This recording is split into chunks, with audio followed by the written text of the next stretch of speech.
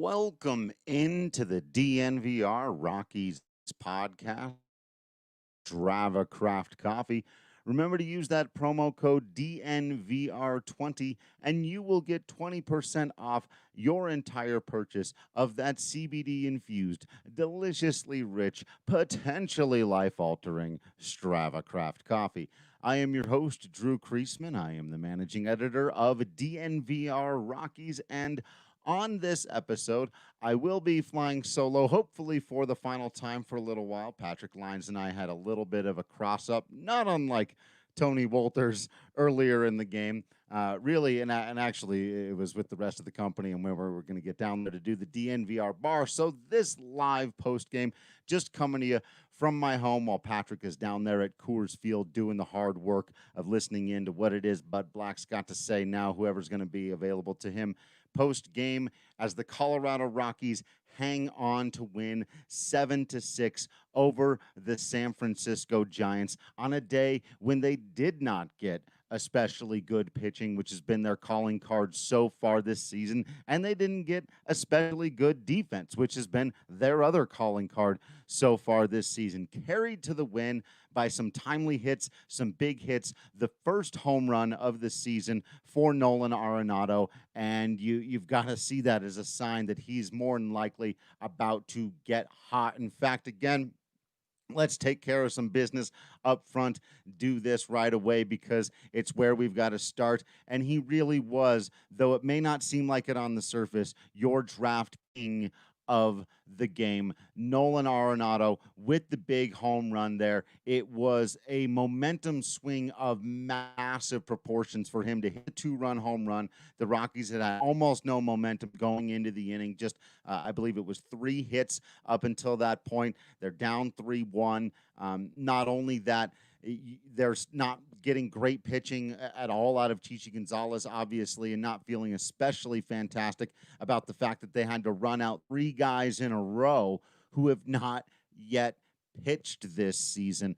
But the offense was able to bounce back and actually do something that they really haven't had to do yet this year, which is come from behind, come from a multi-run deficit. Obviously, the first game in Texas, they could have come from behind from 1-0. You would have liked to have seen them maybe do that, and it never materialized. But down 3-1, then down 4-1 to get that big 2-run jack that swings the momentum back in favor of the Rockies. You feel like you've survived the storm of having to throw a couple of guys out there who are either cold or maybe just don't have it. It depends on how you feel. I still think that there's a chance they get positive value out of Chichi Gonzalez this year.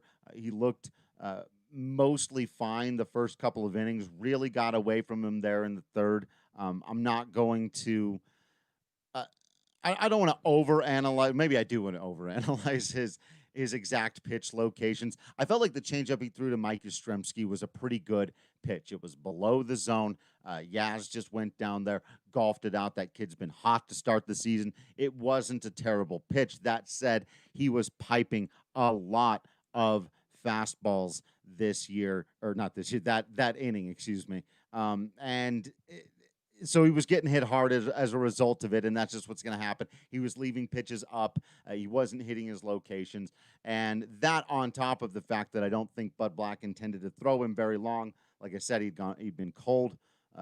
He hadn't thrown yet this year, not even out of the bullpen. It's tough to get in real work in the side session. So he wasn't going to go out and throw 80 pitches today no matter what. So to some degree, by design or by at least virtue of circumstance, the Colorado Rockies were going to have a bullpen day today. And that's why it was so important that when they were down early, Nolan Arenado was able to swing it back in their direction, get that momentum back with the 2-run home run, his first of the year. I submit to you, it will not be his last. In fact, that seems to me like a pretty safe bet. In fact, I would be willing to say he's about to break out and get hot. So check your DraftKings Sportsbook app. You know you've got it downloaded. If you haven't yet, use that promo code DNVR because you can get an odds boost on $20 up to win $100 on any team of your choosing. And you might want to take Nolan Arenado to get some hits or get some home runs or get some RBI here in the next couple of days. So, and again, whether it's you're taking the Rockies to win, you're taking individuals to do certain statistics things. Trevor Story scoring more runs out there for you. We picked that before the season. Keep an eye on that. Patrick even taking Trevor Story as a potential MVP candidate before the season. Keep your eye on that. All of these things, you can get a little skin in the game if you download that DraftKings Sportsbook app. And again, you use the promo code DNVR to boost your odds to $20 to win $100 only at DraftKings Sportsbook. Must be 21 or older, Colorado only. Other terms and conditions and eligibility restrictions apply. See DraftKings.com/sportsbook for details. And if you have a gambling problem, call 1-800-522-4700. DJ, yes, indeed. The Rockies keep bringing the boomsticks to the yard, and you are a fan of the winning life. That's right. The Colorado Rockies at 7-2 have matched the best start in the history of their franchise. Now, in any other year, that would be an interesting but largely meaningless statistic. Oh, well, 7-2. Okay, they did that. In fact, the year they did that before was 2015, a season in which I can't tell you what they finished well under 500. I can tell you that. I don't know what the final record was off of the top of my head. Got some quotes even coming in here from our guy Patrick Lyons, like I said, who is in on these post games. Arenado saying, "I don't get started very well most seasons," and that's often been the case. It takes him a while to get going. I thought maybe because of circumstances, because of some of the off-season stuff he had said, because of just sort of the nature of his personality and the fact that baseball had been taken away from him for a couple of months, I thought there was a chance he would buck that trend and just go wire to wire this season on basically a 60-game hot streak. I think that might just start now. And honestly, like at least the last two games, Nolan had been hitting line drives into deep parts of the yard, a couple of warning track outs. He had one early in this game where he had a screamer that was just right at Dickerson and right. So, yeah, I think Nolan is about to go off, whatever that means to you, whatever your definition of that is. So, Henry coming in saying, hopefully the bullpen will do a little better tomorrow. That's the key to protecting the lead in the NL West division race. Gotta agree, this was a tough one for them. Philip Deal making his first appearance of the game. I keep messing up game and year. I don't know why I'm doing that. Just a weird brain thing that's happening right now. Just happy to have baseball back. That's all. An everyday experience. I got to get back into the rhythms as well. Philip Deal made his first appearance of the season and at first looked pretty good. Ended up again giving up a home run on a slider low that was not a terrible pitch, left on left. Hung it a little bit more than he probably would have liked, and it looked like the hitter shooting, I'm forgetting who it was, knew it was coming. It looked like he was just sitting on the pitch. And so whether that's an issue with deception, whether that's an issue with being predictable, whether he's tipping his pitches, there can be a couple of issues there why a guy would take such a confident go down and get a golf hack at a low breaking ball that was not, it didn't have bad break. It didn't hang too much, like a very little bit. And it was low in the zone. And so, but there's still something there for Deal to work on, whether it's adding a little bit of deception, making sure he's not tipping his pitches, or that he's just not being too predictable with his sequencing. If the guy was just totally guessing slider, then it's going to be a little bit easier to throw that, and you've got to keep him honest with the fastball. Other than that, not a bad season debut for Philip Deal, and not a bad season debut for Jeff Hoffman either. Really came in, punched out the first two guys on some wicked curveballs, was dialing it up to 97.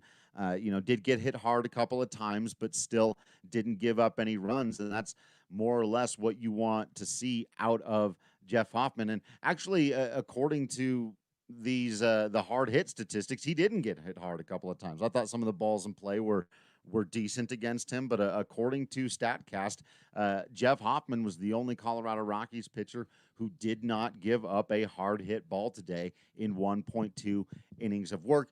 Tyler Kinley continues to throw just wicked, gnarly stuff. 1 inning, clean baseball. Didn't strike anybody out, but also didn't walk anybody. He did give up a hard hit ball, but was able to live through it. And once again, Carlos Estevez making an appearance. I don't know if Bud Black is just fully trusting in Carlos Estevez. I don't know if it's just that Estevez is extremely confident in the condition that he's in and his ability to be a workhorse for this team. If it was just, hey, look, it's an all hands on deck kind of day, we'll get you a day off tomorrow. I can't imagine Estevez, after throwing roughly 300 pitches on Sunday and then going back out there again tonight, is going to be available on Tuesday. But managed to weather giving up a base hit that just an infield hit on a little bit of a sloppy play there that usually you see Nolan Arenado make. And he got a strikeout. He gave up one hard hit, screaming line drive right back up the middle, sort of a karmic balance, right? The one grounder not going to go as a hit more often than not. That hard liner might. So he lived with it. And we'll talk about the ninth here in just a minute. We'll leave that for just a bit, as it's time to crack open a Breck brew. It is that time. You know it is that time. Wish you were down there at the bar. Hopefully you are down there at the bar. Maybe you're even watching and listening in. And you know that the second best place to get it is the bar. That's the second best place, because the best place to get it is down at the farmhouse. You call them up at 303. Whoa, I moved off of it. 303-803-1380 from noon to 8 p.m. And you use code DNVR to save $5 off your drink and your food. Kevin just coming in to say, hey, Drew, crazy baseball game tonight, but take the W every day. That's right. We're going to nitpick here in just a minute, but you have got to take those W's. Sean coming in, loving these Rocks. Why wouldn't you be? It's a pretty good time to be a Colorado Rockies fan. And not just that, Christopher pointing out, between the Avs, Nuggets, and Rockies, I'm feeling some strong mile-high magic this month. How about the end of that Avs game? That was absolutely insane. If you're a sports fan, anytime somebody scores the game winner with 0.1 left, or in our sport, down to 2 strikes in the bottom of the ninth, you're down to your last possible chance, and you get that win. But I'm sure if AJ was here, he would tell you even 0.1's crazier than, 2 strikes bottom of the ninth. That was absolutely amazing stuff. And then, the Nuggets getting a big win this afternoon. What a time to be a Colorado sports fan. And, David coming up saying, no, with the D-backs of old, I remember Goldie and Lamb eating up Coors Field. Was Owings much of a Coors killer or anything near Kemp's legend? I don't remember him being a Coors killer in particular. I'll have to look that up. That'll be really interesting. I do remember that he had an inordinate number of home runs against the Rockies, so it would certainly follow that some of those probably came at Coors Field. But I'll tell you what, David, I don't know what's going on. And it turns out Chris Owings' late home run for insurance there in the 8th inning ended up being the game winner. They needed that, as we'll get to the Diaz thing. But wow. This is when things are starting to really just click for your team, because Owings is not here to deliver offense. We've talked about this. We've talked about it a lot, but Bud Black rode the hot hand because he delivered 4 hits in 2 games against the Padres. And, that ended up being really important. So you ride the hot hand in a season like this when a guy's hitting, when his defense and base running ability is going to be well above average. You keep putting him in there until he stops hitting. And I wouldn't be surprised, and you shouldn't be surprised, to see him back out there again tomorrow. You worry about some guys starting to get cold. You got to shuffle guys in and out and make the most of it. But Chris Owings is hitting the baseball, man. He's lining it up. I don't know what to tell you. I didn't watch him that closely when he was a member of the Arizona Diamondbacks. I looked at the numbers on the papers and it said he's bad. Okay. Will looking it up for me so I don't even have to do it after the show, coming in and saying prior to tonight, Chris Owings had a 996 OPS at Coors in 139 plate appearances. That's not nothing. That's okay. The Colorado Rockies front office appears to have found a particular market inefficiency or a particular thing that might, it's not a market inefficiency because nobody else plays at Coors Field. That's the wrong phrase. This is interesting, right? Matt Kemp, we knew day one. I don't know if you guys saw the way the internet melted down, but those of you that listen to the podcast and read the articles and follow us here at DNVR, you knew exactly what the Matt Kemp thing was about. And he came through again today with the game tying run right after Nolan Arenado had hit the two-run homer. He brought in Ryan Mcmahon, who, while he did strike out 3 times today, huge triple, maybe could have been caught by Dickerson and Wright, who also did not have the best day out there, making a key weird throwing error play thingy. I'm not quite sure I would define it. He threw it to nobody. I'm not sure I've ever seen that happen before, where an outfielder just throws the baseball into space on the infield. That was new. That was a new thing. But Kemp was here because he rakes at Coors and he rakes against lefties. And what did he do to drive in the game-tying run after that McMahon triple off of Dickerson's head and hand and the wall and all that stuff? A little base hit to left field at Coors Field against a lefty. And he's putting up fantastic numbers so far this season. And again, in any other year, you're tempted to go small sample size, whatever. But he's leading the team in OPS, and he didn't play in all the early games.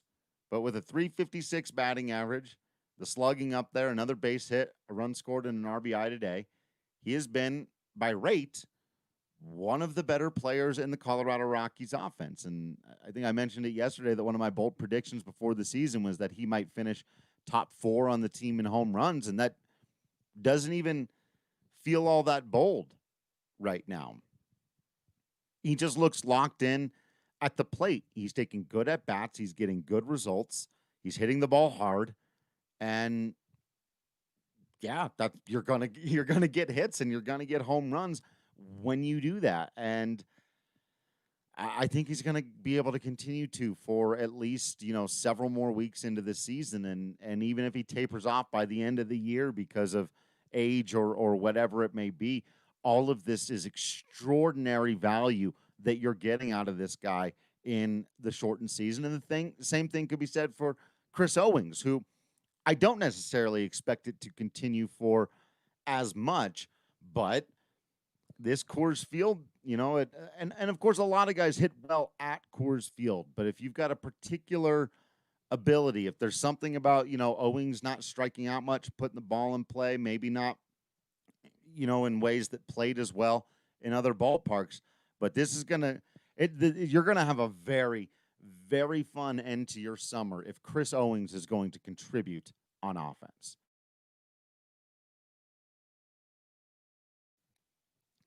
Excuse me. And so we move now. Let's do this here. I'm sandwiching it in here at this point to the uncomfortable part of the conversation. Jairo Diaz, what happened here in the 9th inning? How concerned should you be? Well, some.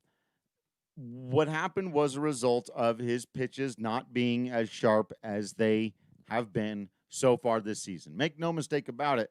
Some of it was bad luck. Certainly the Ryan McMahon error at second base. Tough play there. McMahon did a good job to knock that ball down, and you can't fault him for not fielding it cleanly. That ball was hit 104 miles an hour off the bat, but he rushed that throw. Absolutely no need to rush the throw. One of the things my father used to say to me over and over again, this was a thing just in our family, we would always say, you've always got time to make a good throw. And right there, Ryan McMahon had plenty of time in the world to come up, collect himself, throw nice and strong to first base.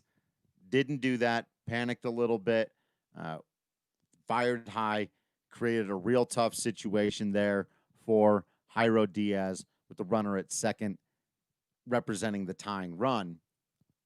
But he stayed calm. He got his final 2 outs, and he didn't end up blowing the save. So while he gives up the run, and he did give up several hard hit balls, let me double check here. Yeah, 4 of them. You don't like seeing that. 4 hard hit balls. And the slider was just hanging up tonight. It's been a nearly unhittable pitch for most of the season. And he's used his fastball as, kind of a show me pitch, which is odd, but it's how he works. He works off of his slider. And it was hanging on him tonight. It was betraying him. And he went to the fastball. In fact, he got the final 2 outs of the game that he got on his fastball, which he can dial up to 96. He's just not as reliable with his location as he'd like for it to maybe be. He really trusts in his ability to get swings and misses with the slider and for his ability to locate it. But Jake is absolutely right here when he says, I'll take Jairo's velocity over Wade's finesse any day in a save situation. And that's what it was, right? What you basically have is 2 elite tools you can go to if you're Jairo Diaz in that situation where Davis has lost all of his velocity. The closest thing that Wade Davis has to an elite tool now is the break on his knuckle curveball, and he's had a hard time throwing it for a strike, which makes it much less of a useful tool. Jairo Diaz has a slider that moves 3 times on its way to the plate and a fastball that he can dial up to 96 miles an hour. And it's very tough to contend with both of those. And the Giants went out there with the strategy very clearly to wait back on the slider and hope that he hung a couple of them. And he did. The first hit in particular, the double off of the wall by, let me see if I can find it. It was Solano. Nope. Flores. Wilmer Flores hit the double off of the wall. That was a particularly bad pitch, and he got tighter and tighter from there. But like I said, the slider was just hanging up on him a little bit. But you can go to that fastball, and that's why I think despite as intense as this got, as nervous as I'm sure you were, as much as I'm sure some people out there probably thought, this is it. They're going to blow it. It's just the Rockies bullpen. Here we go again, right? No matter who it is. But there was a key difference here. It wasn't just, well, you do that another time, you're going to blow the save. He got a little bit lucky not to. He made an adjustment out there on the mound. He and Tony Wolters, presumably, start going to the fastball a bit more. They're sitting on that slider. And even though I know you think you can still get them to swing and miss at it if they're sitting on it, it's not locating. Let's go to the fastball. And those 2 tools are why he was able to get out of that situation and why I think he will continue to be sort of the de facto closer moving forward here, as we're still, I've no idea really what they're going to do there. They haven't committed to anything in particular with Davis on the IL and Oberg presumably out, I don't know for the season, but potentially out for the season, at least out for 45 days. And I think Diaz is just going to have to be the guy, and you're going to have to live with a little bit of that cardiac experience, right? He's going to walk guys sometimes because his pitches come in so hard and with so much bite. When he misses location, he's going to get hit hard sometimes, and you saw that tonight, and that's going to be part of the experience. But Tim may be also right that Jairo's superpower is to get to the brink and then find a way out. There is absolutely a skill to that. In fact, most of the best Rockies relievers in history, that has been the case. Brian Fuentes, Adam Ottavino, that was the case. Rafael Betancourt didn't give up a ton of walks, but he would give up the singles. He had, high whip in that way. Manny Corpus, one of the very few guys who the Rockies ever had as a closer. In fact, when we were going back, during the lockdown and we had time to look at history of stuff, and I was going through certain numbers, you've basically got guys in 95 Steve Reed, and now I'm going to forget the other one. Somebody help me out in the comments. David, you're right. Houston Street was the next closest after Corpus, and Street gave up like base hits, right? But he didn't give up homers, and he didn't blow any saves. He blew, I think, 2 in all of 2009. Manny Corpus was the only one they ever had, though, who would come in, strike out 2 guys, almost never walked anybody, was very difficult to get a hit against. I think he gave up 2 home runs all year or something like that. Like Manny Corpus, the closest they've ever had to just a season of absolute domination out of the bullpen. Will throwing Jose Jimenez at me. That would have been what, 2000, 2001? I'd have to go back and check on that one. But still, I don't think the Rockies have that guy. Maybe Diaz could become that guy, but he's the guy who's closest to having that kind of stuff. And much like a Brian Fuentes, I think he's going to be able to continue to find ways to work out of it. He's going to blow some here and there. It's going to happen. At least he's going to give up runs. I guess you can go 60 games without blowing a save, so I shouldn't say that necessarily. We'll see. Estevez appears to have carved out a different role where I don't think Buddy wants him to be the closer if he's going to pitch every single day of the season and need to be employed as he was in the rubber match clincher against the Padres, in that settle things down if the other relievers are giving stuff up or come into the tough situation, come into the bases loaded, nobody out, or that it was 2-out situation, but still, whatever. That's what he's the fireman, right? And that's where Estevez is going to be. So I think Diaz is your closer moving forward. You would have liked to see the first time out, excuse me, after that's the case, a little smoother than he had tonight. But all that said, he still hasn't blown a game. He still hasn't given up a lead. And there is something to the calmness of the way he pitches with a guy at third representing that blown save, or the guy at second, or with everything else going on in that inning, and where it might feel inevitable that other guys are going to cave in and give that up. And David, I was surprised at that too, that Yency Almonte was up, which was very interesting. Sent a little bit of a message too, I think, to Jairo. Like, this job is not just yours. Like, and the other thing too that I think is, if Jairo gives up the single there, that ties the game, but he's not going to make the same mistake that he did in the home opener with Davis and leave Jairo out there to clean up that mess. I think if he goes forward and blows the save, but it's still tied, Almonte is going to come into the game so that they can try to walk it off in the bottom of the ninth. Basically, because here the Colorado Rockies stole this win, right? You can be very frustrated at the ninth, and you should be, and it was intense, and part of you is just going, come on, man. Every one of them. But the Rockies stole this. They started Chichi Gonzalez, who was only able to go 3 innings, and served up a couple of just whammies, right? They threw 3 guys who've not yet pitched this season, and 1 guy who's pitched in every game this season. They got the worst outing yet out of Jairo Diaz, who's been their setup man all year and has just been thrust into the closer role. But their superstar third baseman showed up and did a superstar thing. Right? Trevor Story made another stupendous defensive play early on that probably took a run, maybe 2 off the board for the Giants. That ended up being a massive key, right?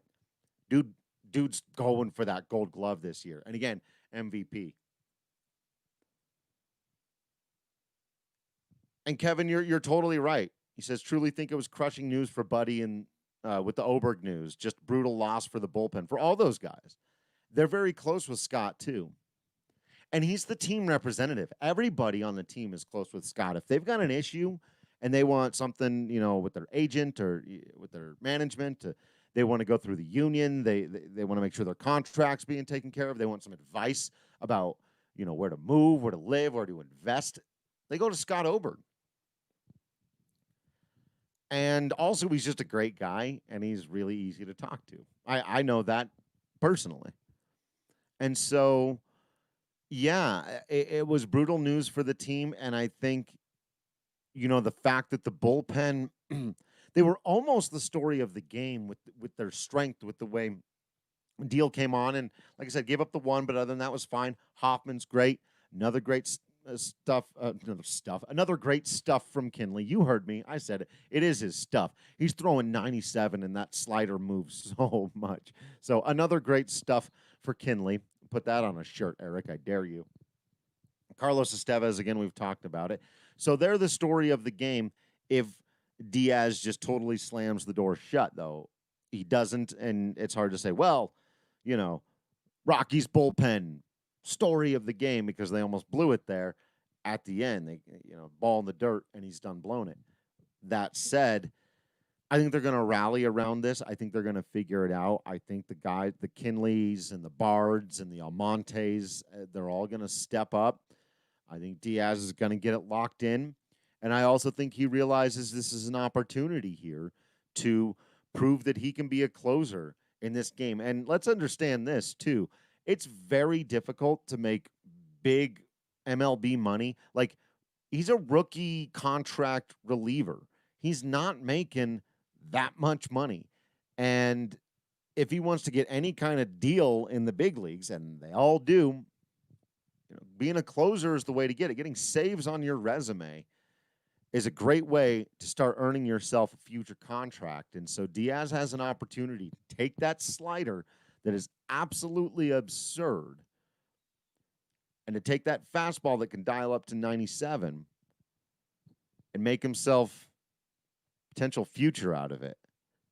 Going to be really interesting to see how Jairo Diaz handles this, but I'm taking the over. Whatever the DraftKings sportsbook odds are on Jairo Diaz, I'm taking the over.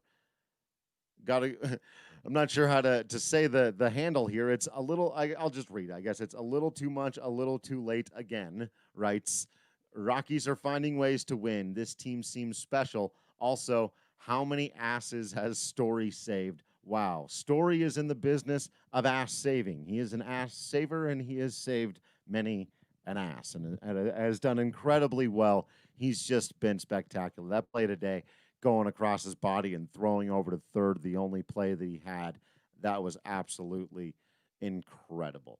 So I do want to remind everybody to check out our friends over at WGT Golf.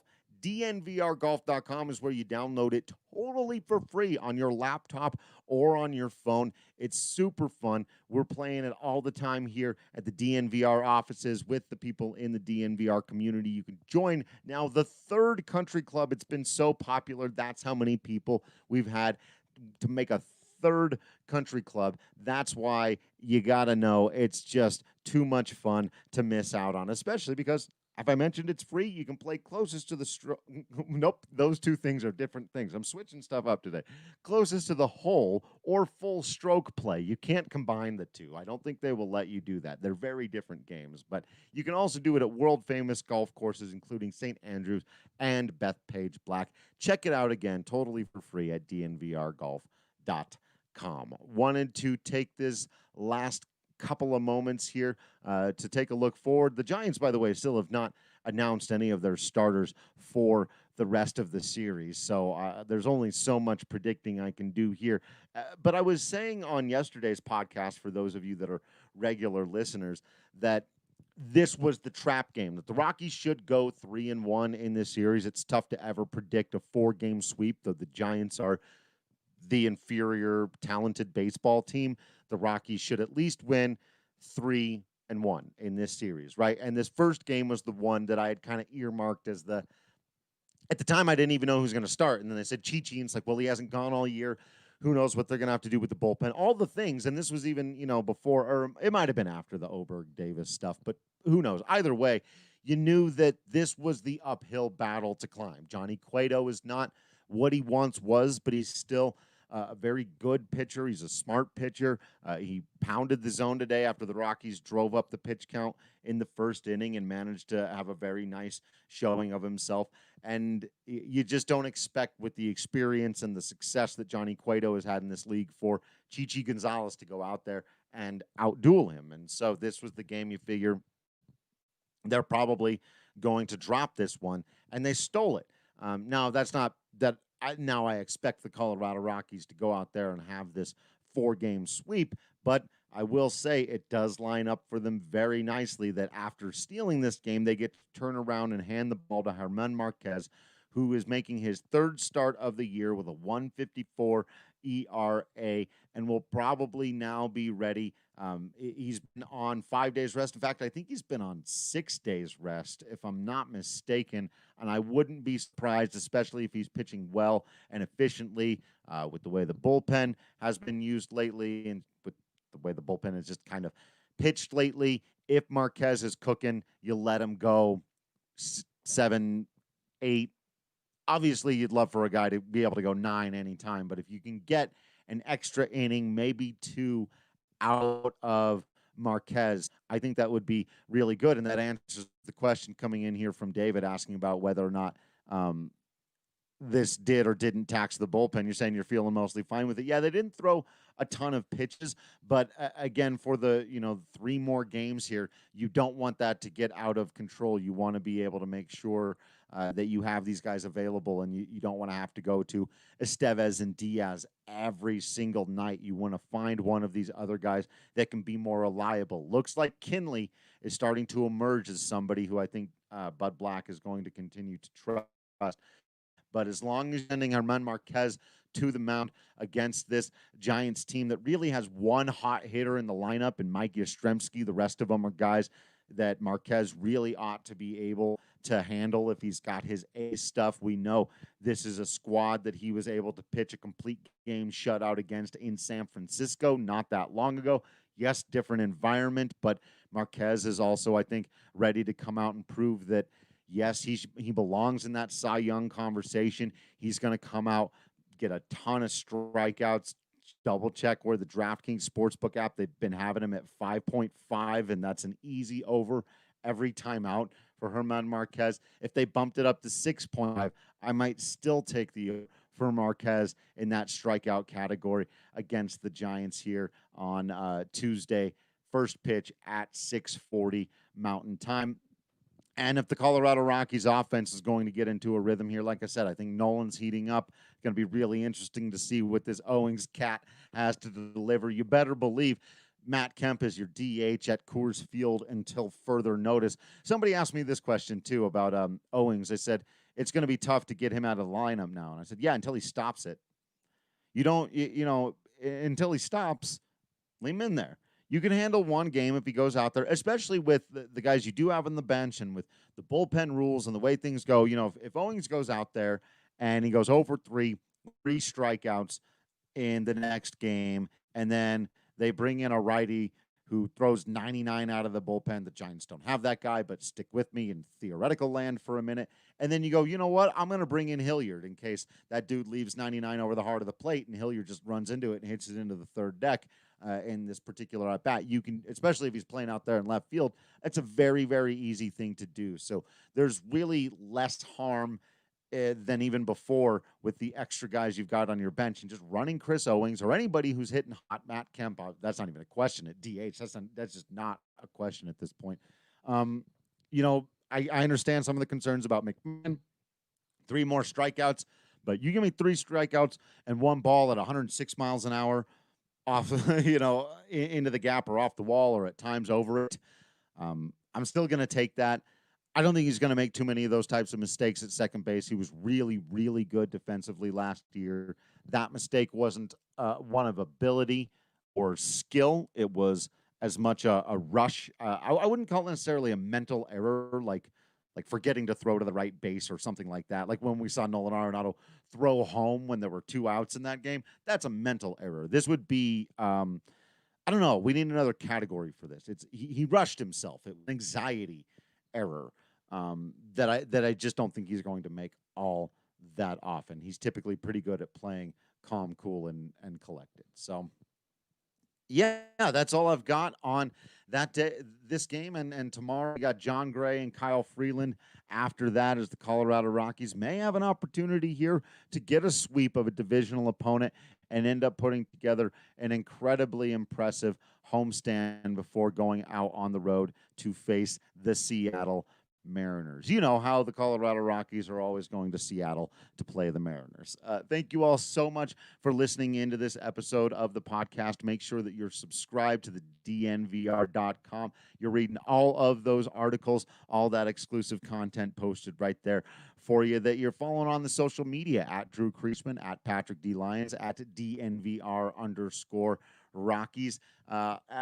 Give Michaela Perkins a follow as well. She's new to the team. She's going to be joining us for more baseball chat over the coming days and weeks as we continue to cover your first place 7-2 Colorado Rockies.